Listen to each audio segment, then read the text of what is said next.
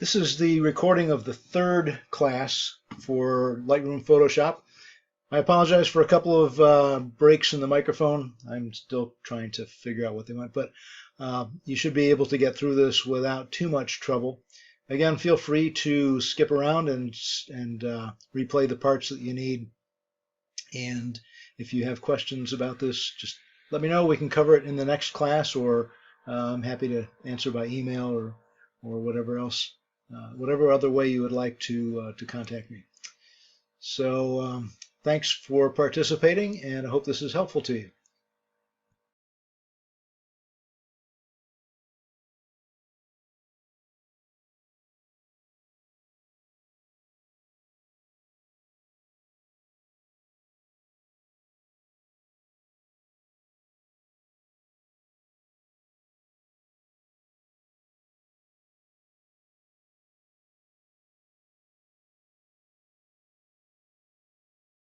This is your left mouse button, this is your right mouse button, and you can see as okay, there I'm moving around.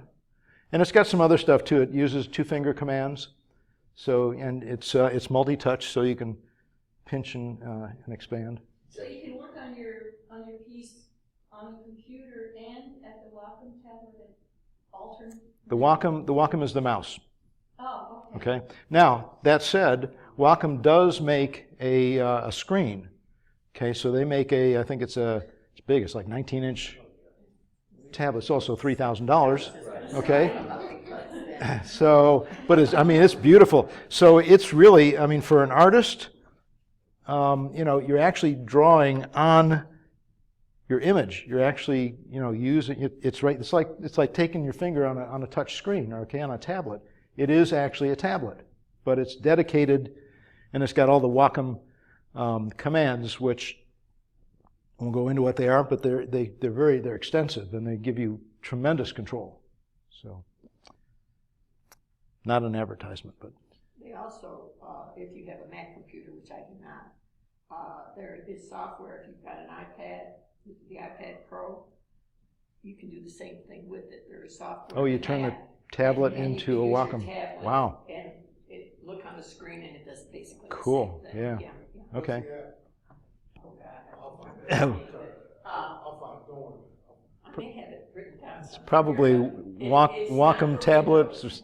Go onto Wacom and you'll find it. I'm sure. I'm sure that they want to sell it, so they'll let you find it. It really is a very good app, except that it won't work on Windows right now. Okay, so you have to have a Mac computer. And you have to have an Apple iPad or tablet. Yeah, you have to have an Apple iPad right. and a Mac. Does it talk to the Mac with Wi-Fi or a cable or? Yeah, it's wireless. Yeah, yeah, it's wireless. I thought it was fantastic when cool. I found it last week, but it doesn't work with Windows. And I've got a Windows. No, these Windows 10. It won't work with Windows PC at all. It has to be an Apple computer. See, there are some things that Apple's good for. Yeah. What? Although I will say, just Let's not go down. Yeah. No. I get jealous of Apple users because of some of the things. We're talking about some of your apps on the tablet. I use Android and Windows, and so some of those things, Adobe always comes out with stuff on Apple products first. Well, they got started in Apple. Yep. Most graphic artists. And then they work out the kinks, and it works just fine on us Windows. Exactly. and this app is going to be available for Windows probably within a year. Yeah, it'll come out. Yeah. Right. They don't bother testing it. They just put it out there, and then we all send the right. problems we're having. That's why they call it beta. That's right. Yeah. Yep. All beta stuff. But this is it's neat because when I read it, I got so excited. Yeah. And you don't have to spend $3,000 for the Wacom. No. But I think that the Wacom tablet for that also includes the scroll wheel and the the specific pieces of hardware that make it what it is. So anyhow. You don't have to spend $1,000 for it. Yeah, but you probably already did. Oh yeah. The iPad Pro costs more than a lot of Windows laptops, not Mac laptops. Oh, you're absolutely correct. That's that kind of going, $1,000. Yeah. Right. But, hey, right. it's great. My husband bought it for me for Christmas, and I was totally shocked, but it's Cool. So, let's see, what else? You were asking about 32-bit. Yeah, the 32-bit or the. Okay, The selections that you set up your Photoshop with, whether you do the Pro RGB or the sRGB and all that stuff. So that would be in, Color settings, I think. yeah, I think right. Okay, sRGB, CMYK, I don't see it in there, 8-bit. As far as I know, image settings are either 8 or 16-bit. There is no 32-bit image. Well, It's 8 or 16. Yeah, 8 or 16. Well, what's the 32-bit? That's the operating system. Okay, your computer operating system runs on either 16 or 32-bit. Right now, there are no Windows programs, there are no Adobe programs that run on 16-bit any longer, right? I mean, Lightroom won't even install on a 16-bit operating system, mostly because, you know, you're talking about Windows 98, right?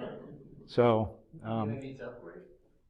yeah, maybe. Most of your new computers come with 64-bit. Right, You know, Which I think, your older computers would be 32-bit. right. but when they give you that drop down and what do you choose? I mean, Well, always choose. You have to go to the Word computer on your computer and do a right click and then select properties, and that will give you all the information about your computer, how much RAM you have on it, whether it's a 32-bit or 64-bit. Then you can select, you can go to Lightroom or Photoshop and select that. on Photoshop, I didn't think I saw a 64-bit selection. That was a question too, but it did have 32. That's what you should select, 64. Yeah. So if your You computer is download. 64, then select 64. There's two, there's a 3. When you install, okay, Is there 64? yeah, when you install an application, particularly any of these, well, first of all, Lightroom, there's no option. It's going to be a 64-bit, and that's the only thing it'll run on. Okay. Photoshop may have a 32-bit option, but in general, when you download it or when you take it off a disk, your system is going to talk to where it's coming from and determine that for you. So in the absence of that, whenever you have an option to choose capacity, always choose the biggest. Gotcha. Okay, because you can always downgrade, right? So if you have there are some of the plugins and filters that I use that demand an 8-bit image. Okay, so when I use my images, I bring them all in as 16-bit images because I want, the best resolution and the best color space. But those, sometimes they say, well, they haven't made the programming changes to support the 16-bit, so I got to downgrade it to 8. And in reality,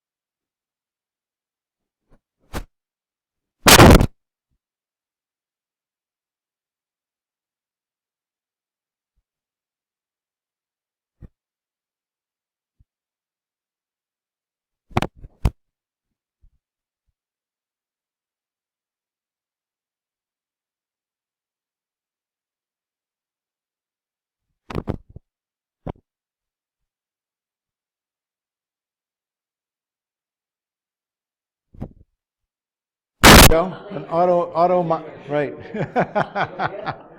think it's good my daughter did it and put it on the Facebook. I got so many comments. I said, like, you look so good. Gee, thanks. Okay, good, thanks. Anything else? Any other topics, questions? Okay, all right, good. Okay, so we left off last week with this.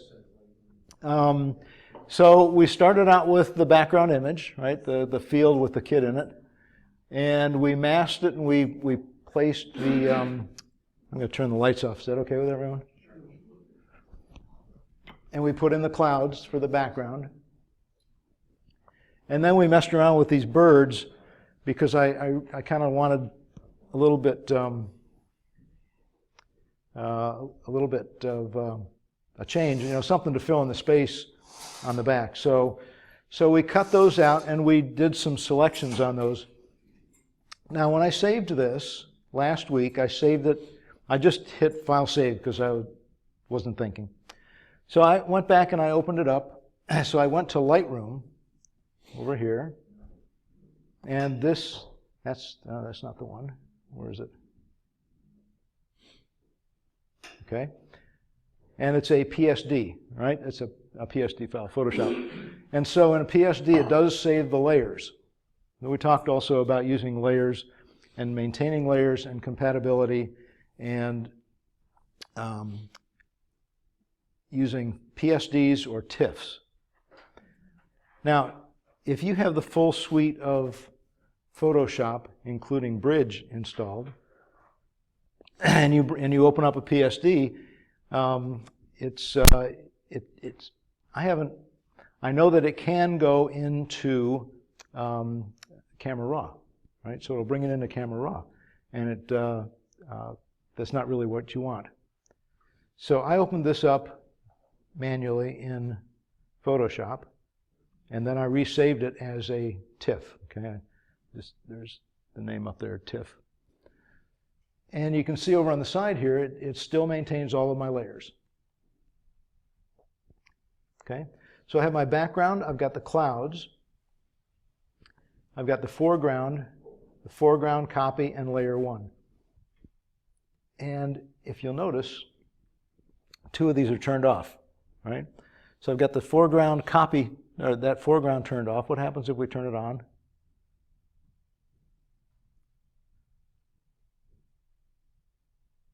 Okay, right? So, and why is it blanking out what's there? It's blanking out what's there because the layer on top of it is the one that has the mask, all right? So this has that black mask that lets the clouds shine through. And this one is here really just because it's a remnant. I just left it there. I also have the background copy, the original background here. And if I turn that on, things are really slow here. Since that one is below the clouds, right? So there's the cloud layer that was coming through these, and it's behind there. And it really doesn't do anything. It adds a little bit of contrast maybe. And it fills in my crop. Do you see that along the bottom there? Okay, and that crop was there because we did a straightening, right? Right, so, there are some ways to fill that in. I could use content-aware fill and fill those in, or I can just turn that back on, and if you really, really look at it, you can see fill would be a better solution to that and would not actually give me the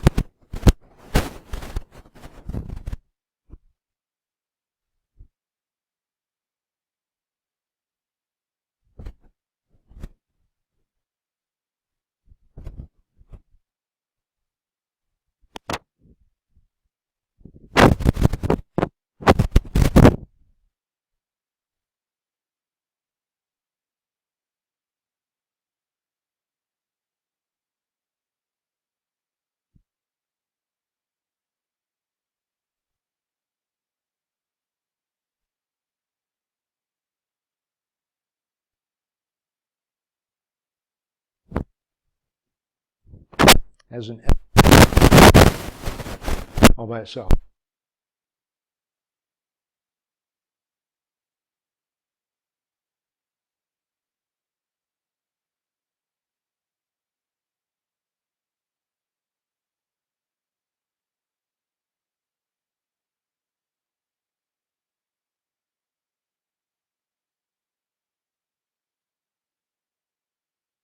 Changes that I made will show up here. Okay. So, all right, well, let's go ahead and try and crop this just to get rid of the extras. So I'll select the crop tool, and I've got the handles here, and the easiest thing to do, of course, is to just bring it up here. And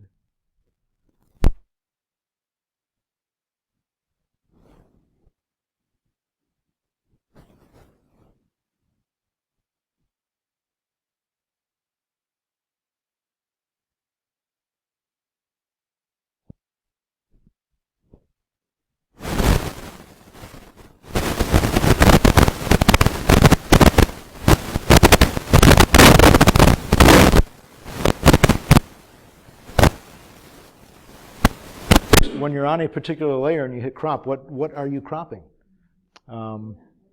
Right. One way to know for sure, if you want to crop, if there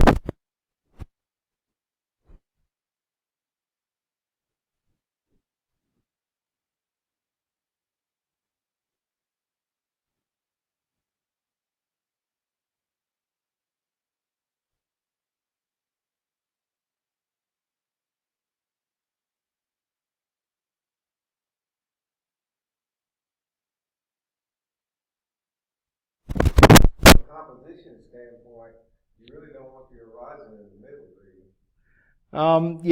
yeah. I mean, I would move the kit over a little bit and change the horizon a little bit, but I'm just saying. you're right. But here's the thing, it's up to you. In this case, I really just wanted to do this. What's that?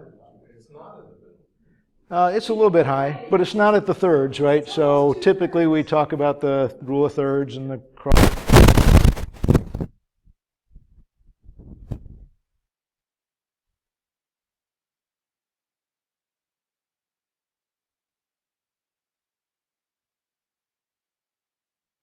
Here, I mean, they're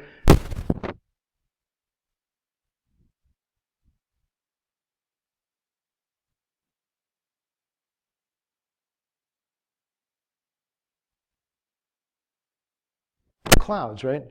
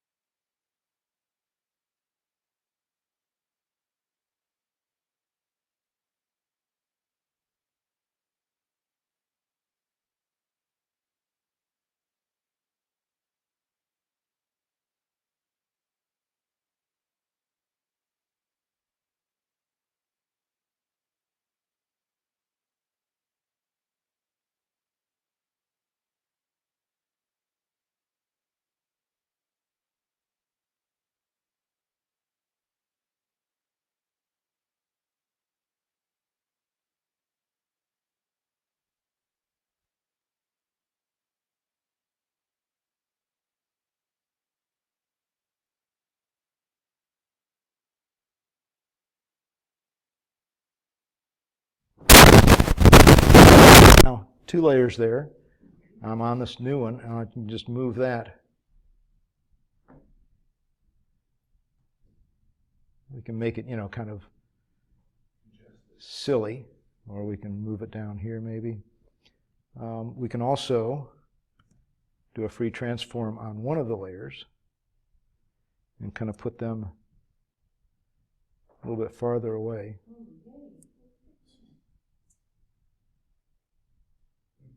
Okay, and then commit that. I think that's probably enough birds. But you can also now, let's go back to the other layer here, the first layer of birds, and do this little crop selection. And let's just take these 2 here. And then right click, layer via copy.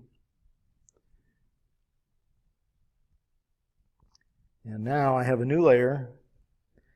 Hit the V move key, and I can move those 2 birds up here. Okay, so that's enough birds.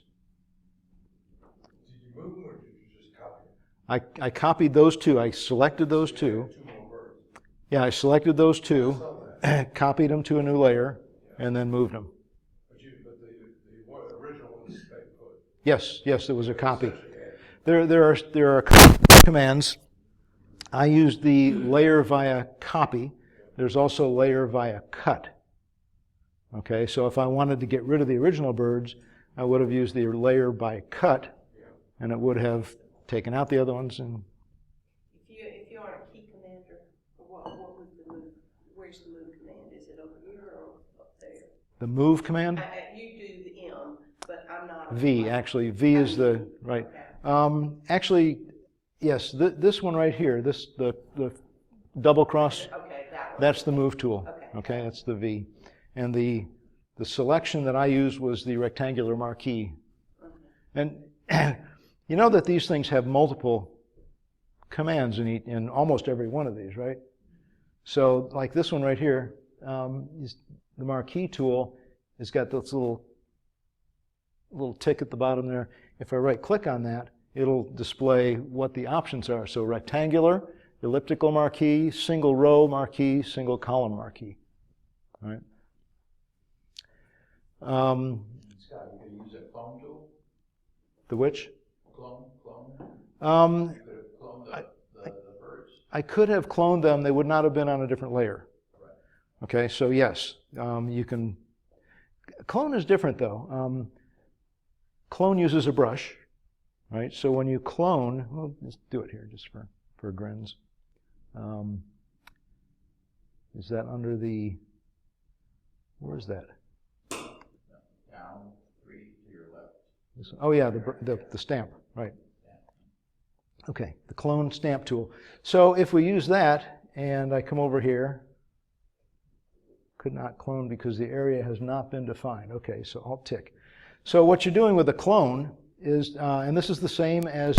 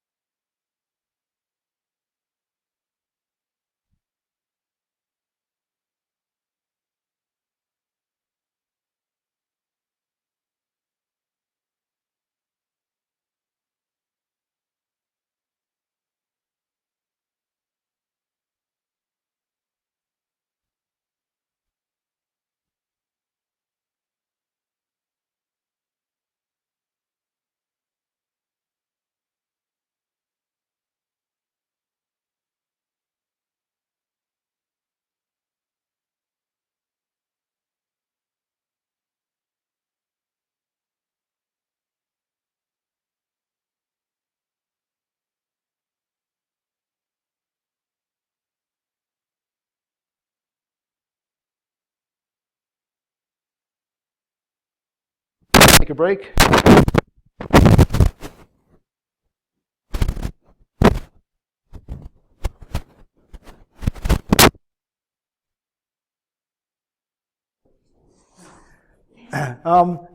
I just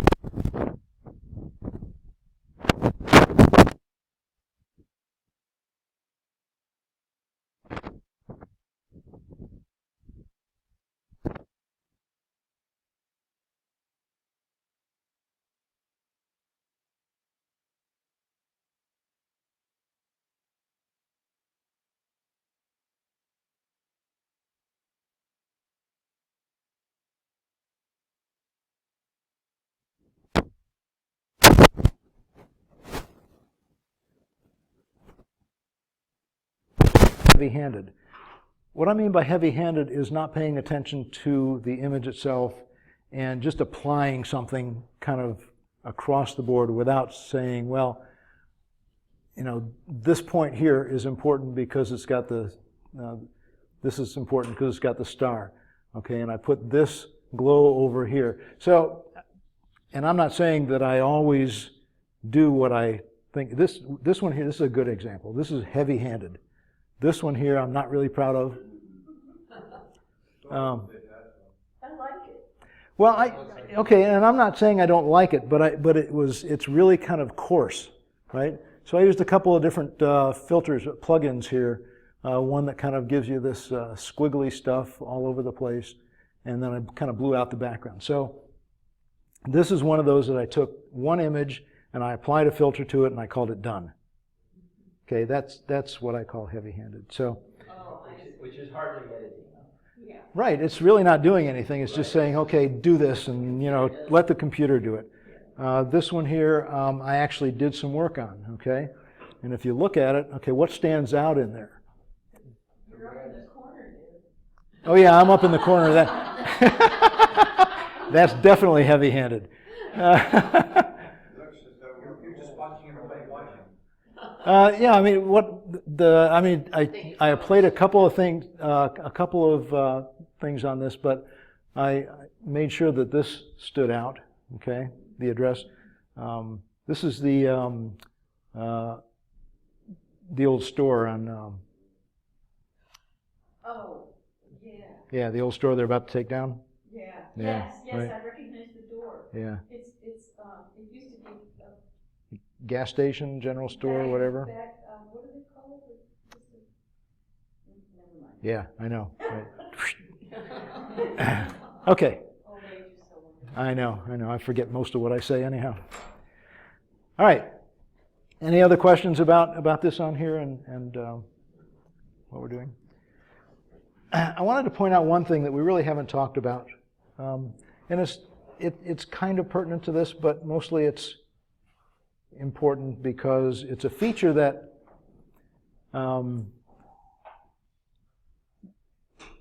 that most people don't know exists. I didn't know it existed until somebody pointed it out to me.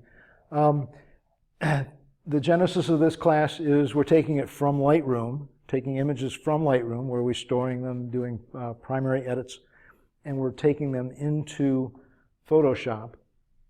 But you know, there are some tools in Lightroom that are pretty easy to use, and some of us have gotten very used to using them. So let's just take these clouds, for instance, say that I want to go back and I need to tweak them a little bit. Well, I have already converted them to Smart Object, right? So I could open this up as a new object. I could re-import it into Lightroom, and I could then edit it.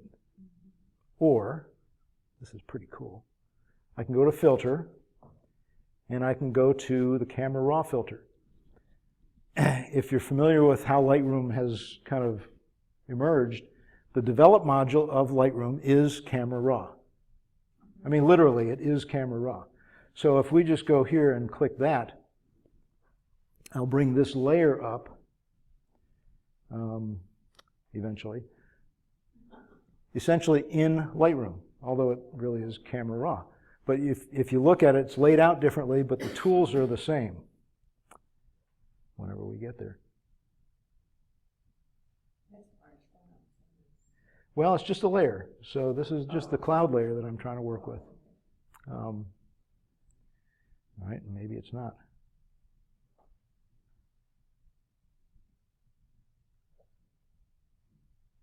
All right, I don't know why it's not working. No, it's working. It's just slow. Yeah, this thing is really slow today for some reason. Okay, so this is Lightroom. I mean, here's my tools up here that are usually over on the side in Lightroom. Here's my temperature, tint, exposure, contrast, highlight, shadow, white, blacks, clarity, vibrance, saturation. So if I want to bring up, let's say, vibrance just a little bit here, and maybe the clarity. Right, I can use all these effects up in here. I can, levels and curves, all that kind of stuff. And then when I hit OK, goes back, brings it out of camera raw. It's a smart object, so it places it right back where it was. Oh my goodness. Yeah, pretty cool. So that was filter, camera roll? Yes. Right. Yep. But only for smart objects? Yeah, but you can convert any layer to a smart object, so it's not a big deal. Okay, and that kind of brightened that up a little bit. I don't know how well you can see that. Yeah. On the monitor here, it looks very different. Okay. So last week when I started this, I brought in these images separately, and I also brought in a texture layer, and I brought in a border. So when I saved out the image, I did not save those because those were already in Lightroom. So I'm going to go back to Lightroom here and go to my grid view. He says.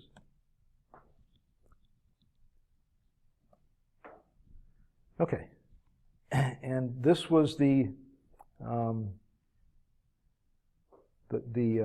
texture layer that I wanted, and this one here was the border layer. So I'm going to select both of those and right-click, edit in Photoshop.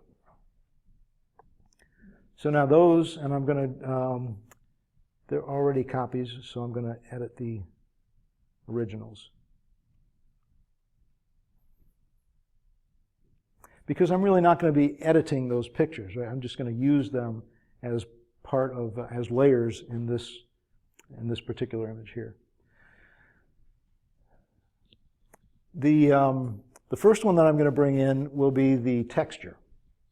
And I want the texture to be at the top layer.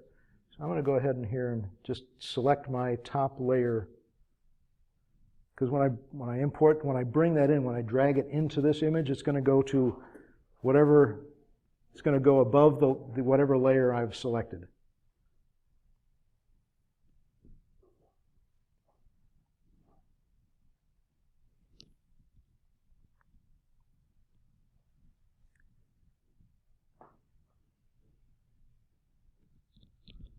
So there's my, you can see it over there in the background, it's rendering here. And so I'm going to use that same function that I used before.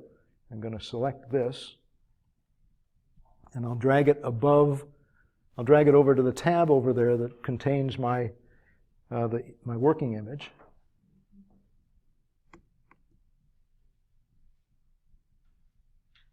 Okay, wait till it, yeah, wait. What does it say there? I can't read it. It's just the name of that layer. Okay. And I'm, yeah, oh, that's not good. So that means, unlike Lightroom, here's a good thought for you. Everything I just did is gone, right? Because I didn't save it.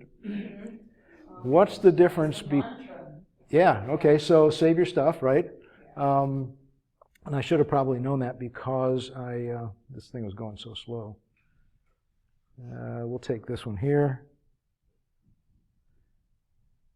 and we'll edit in.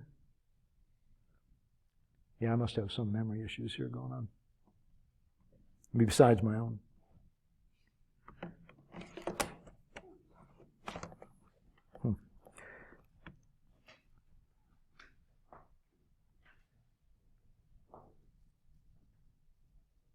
Yeah, Lightroom, as you know, non-destructive, saves everything as you work. So if Lightroom had crapped out while I was doing that, I would just open it back up and everything would have been where it was. If you imported back to Lightroom, it would be there. If I'd have just saved it, right, just saved the image, it would have saved the image that I was working on in Photoshop, which would have updated the image in Lightroom, because the image really isn't in Lightroom, right? It's just... Can't you set up Photoshop? I don't know.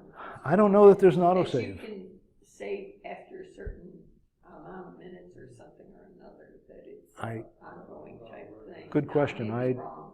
I've never come across it, but I've been working in a couple of different things here, and I know I came across that here just Yeah. in the last few days. so that image was large because we had multiple layers in it, so it was probably about 800 megs. All right. Well, in the scheme of things, that's not terrible, all right? Because we've got multiple layers, we had some high-resolution images on there, and we had layers. And every time you add a layer, basically you're stacking another image on top. Oh, look at that! It came back. Just don't mail it to anybody. Yeah, right. Yeah, it looks like it did save. Well, that's I interesting. think so. I don't remember. I came across something like I said a few Okay. days ago. Good. And I don't Thank you, Adobe. Right? Save you I'm not going to try to Is that? saves you from yourself. Yeah, really.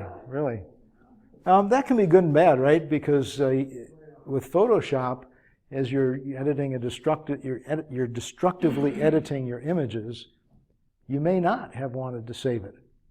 Okay, so typically Photoshop does not save history. Once you've saved the image, the history, the step-by-step, which you actually can go back in and undo, is typically not saved. We'll take a look here when this thing stops thinking.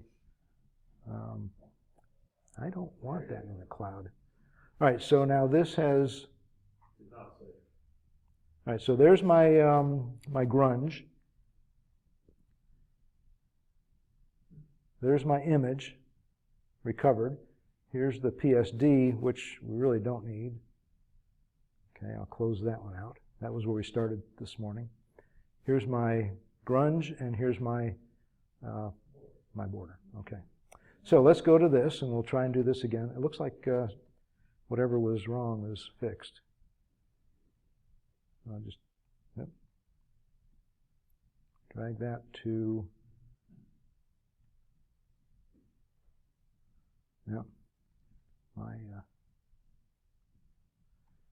This is purely a function of my keyboard skills not working right.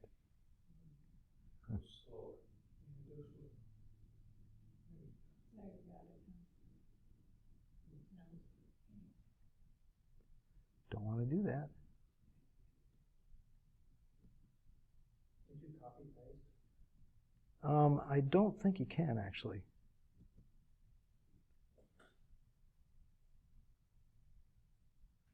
There is another trick, though. We can do this. Here's the other trick. We will duplicate the layer, okay?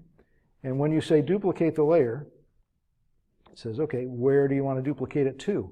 I want to duplicate it to field recovered TIFF. All right. I'm just used to being able to move stuff where I want it. Okay, so there it is. And it came in where we want it. Okay, it's at the top. So it's kind of obliterated everything. We'll use our transform tool. Okay, and for this one, I mean, you can use the proportional, right? Hold down the Shift key and keep the proportions. But for this, I mean, it may not be the same proportion as the image. So I'm just going to kind of drag this up to here and grab the other edge and drag it down to here. Okay, and then commit. Isn't that a great one? I love that. This, by the way, this is in the folder that I've provided on the website. So if you go in there and you download those, this is one of them. Okay. Now, what do we do with this? We're going to go to our other tools here, the blend modes, right? And we're just going to kind of see what works. So there are two things. One is the blend mode and one's the opacity. The blend mode I usually start with first because just taking the opacity down in here really is not going to cut it, right? Because, I mean, it just kind of blurs things out. So that doesn't help. So I'm going to go to blend modes, and I'll just start ticking down here. Again, what I did was I clicked on the blend modes, so I've selected it. Now I can use my down arrow key on the keyboard to kind of move through them. Yeah, you can get some very unusual multiply. Multiply is a terrific. You can see what it does. It's multiplied the contrast between the colors. So it does a lot of things for you. I mean, I love the vignetting. I like the texture that's in there. Let's just go down here and see. Okay, linear burn now. Darker color. And, you know, the rules are, you know, whatever looks good. Color dodge, linear dodge, lighter color, overlay. Overlay is another super one. I don't think it works here particularly, but, you know, you might. Soft light. There's soft light. Doesn't really do much on this one. Hard light. That's good. So again, depending on the image that you're using as a background and the overlay that you're trying to apply, just keep finding if you want to get really dramatic. Okay, kind of doomsday. The zombies are coming. You know. Yeah.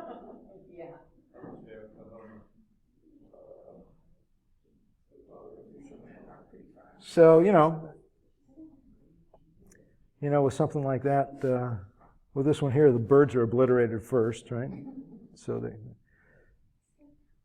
vivid light. Okay, all right. So really, I'm going to go back to multiply because I kind of tend to find myself here quite a bit with multiply. Yep. So let's adjust the opacity and see what happens there. Okay, that's not enough. I kind of like this, but let's go back to, where were we? Overlay. No. Hard light, vivid light, linear light.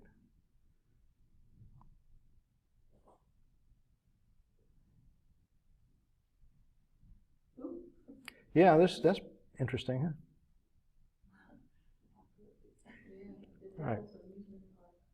Right. This one here looks pretty good to me. But like every other layer, it's possible to put in an effect, right? So we may want to change the contrast in it. Let's add saturation to that.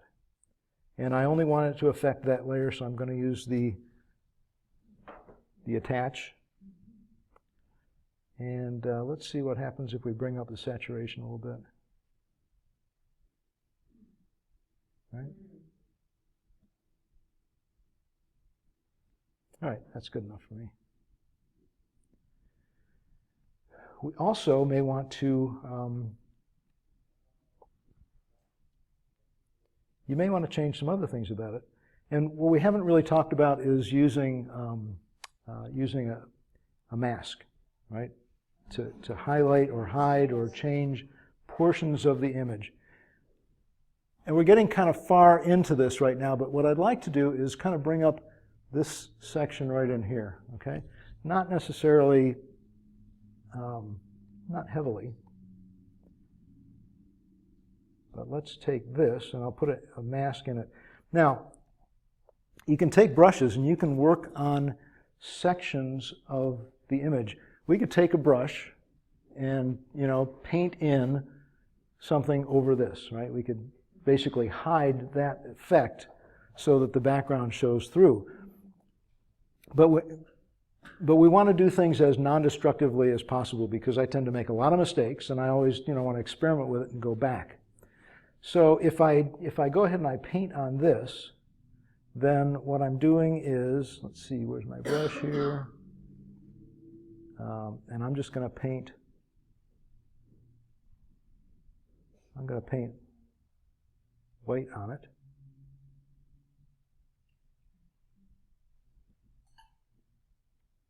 Okay. Not exactly what I was going for, but you can see what's happened. So it's basically put a hole in that layer. I'm going to Control Z out of that, and rather than do that, I'll put in a layer mask. Right down here at the bottom, add a layer mask. And the layer mask allows me to paint on the mask without destroying the image. So the mask is white, and I'm going to go over here and change my colors to black, right? Because if I were to paint right now, I'd be painting white on white. I wouldn't get anything. So I'm going to, you can do it a couple of ways. Either hit the little arrow here or hit X. And X exchanges the two, foreground, background. So I'll take the opacity down a little bit because I really want this to be a little bit more subtle. Change the size of the brush with the, this is the open square bracket, right? The closed square bracket increases the size of the brush. And I'll just kind of paint here, okay? Too much. Undo that. Take it down, take the opacity down to really small.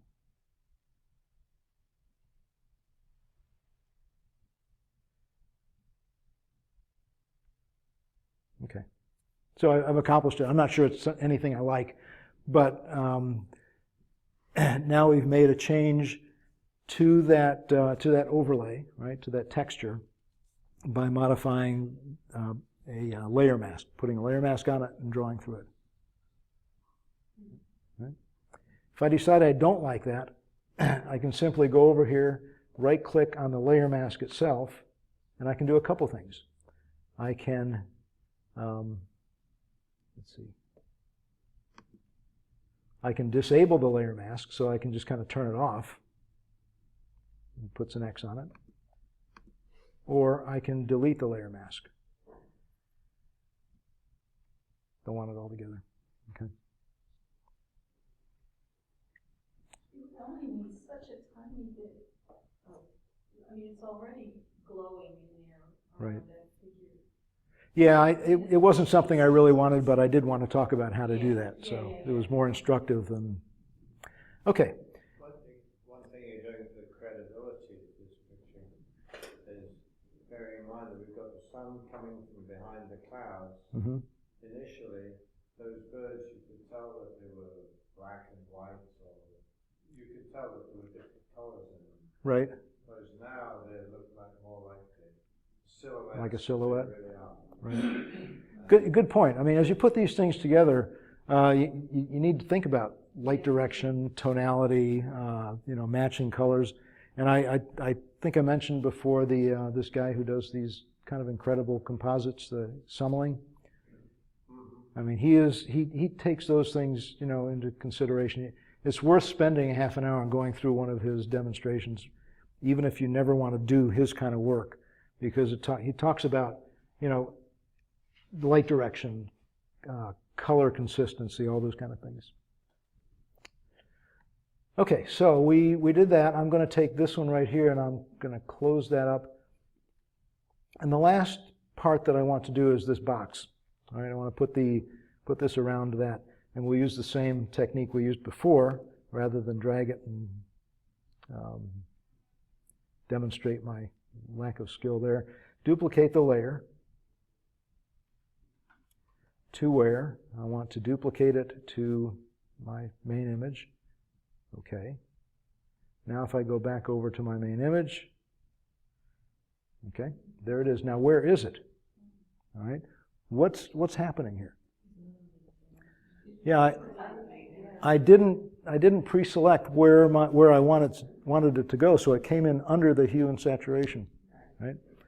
So easy enough to change. We'll just drag it above,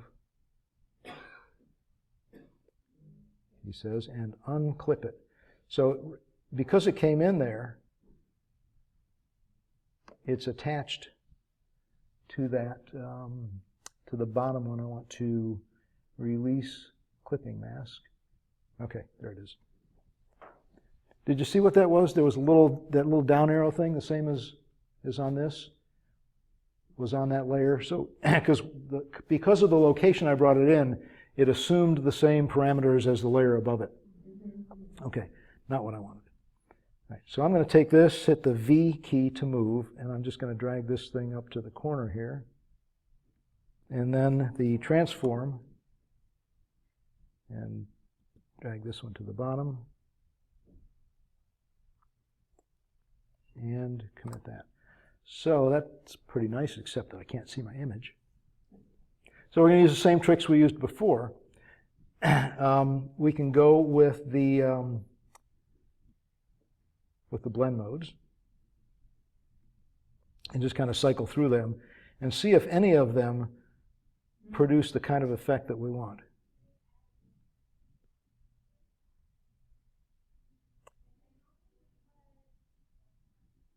That's kind of close, but it brightens things up quite a bit. Now there's the overlay.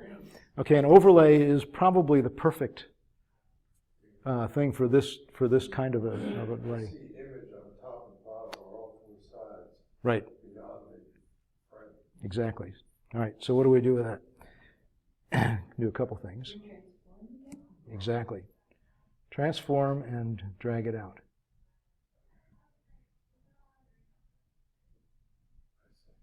All right.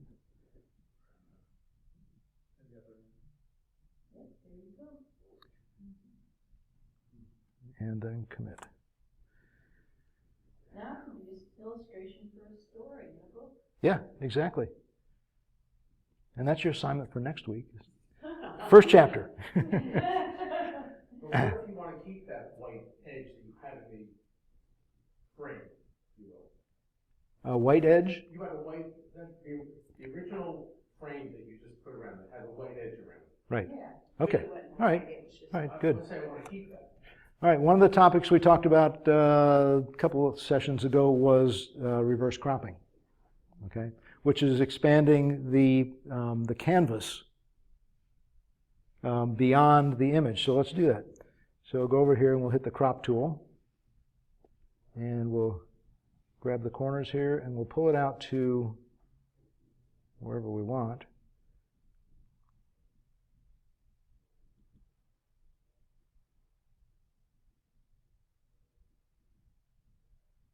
Okay, commit that. And now we have a bigger canvas.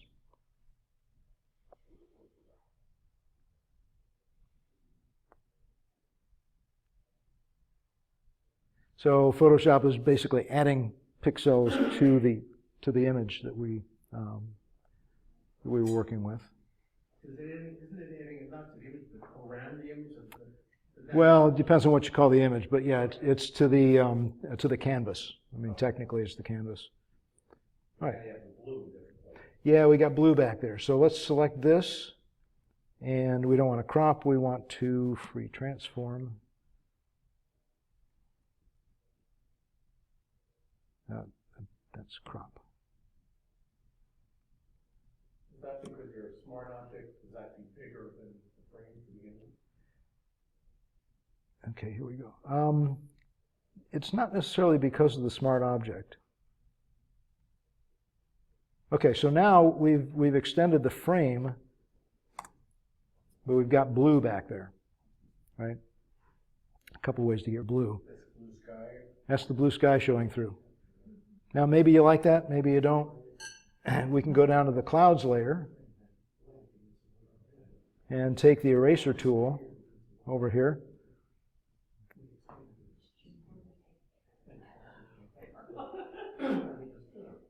He says, maybe not. Oh, it's a smart object. Yeah, that's right.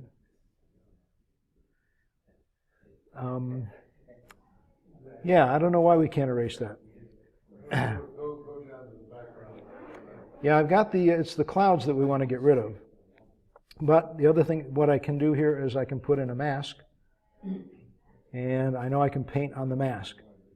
So I'll paint white on the mask. I'm sorry, black on the mask.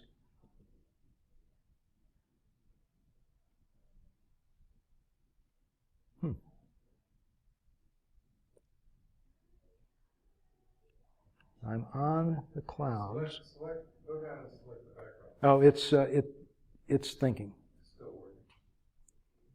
Looks like a Maxfield Parish. Yeah, that was my thought. Yeah.